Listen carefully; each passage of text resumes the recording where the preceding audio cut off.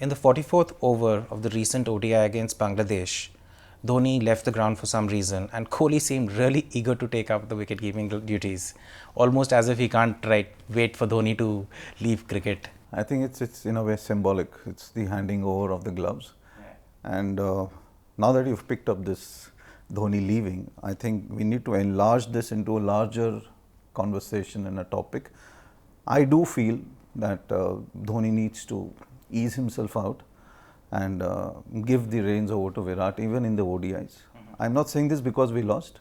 I do feel very strongly about this, about Dhoni remaining captain when the test captaincy has already gone to, or he's himself handed it over to Virat. But Sachin was content to play under other captains, so why not Dhoni? I think we are talking of two distinct, different players. One, Sachin, individually the greatest cricketer we have all seen. I think he was playing, definitely he plays for the country, but for him as a batsman, the stakes were higher. He needed a pile of runs, a mountain of runs.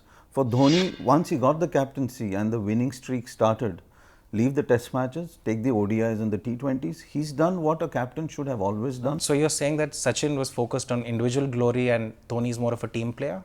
I won't say that. Individual glory, surely, I'll agree to that Sachin was more of an individual player. But Sachin is not that he didn't come across as a team player, but when he batted, it was like batting for himself. If the resultant was a good positive for India, great. Dhoni was a different character. Dhoni is a different character. He's a great captain. He's probably the greatest we ever had.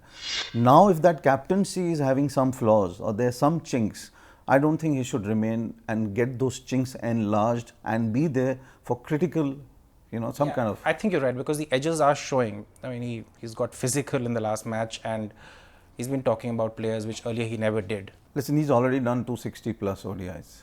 He's walked out on 90 test matches. Anybody else who was selfish would have stayed for 10 to complete that 100 test matches. He didn't. He walked out without a press conference. He didn't wait for the BCCI to give him this massive send-off that they normally give to big cricketers.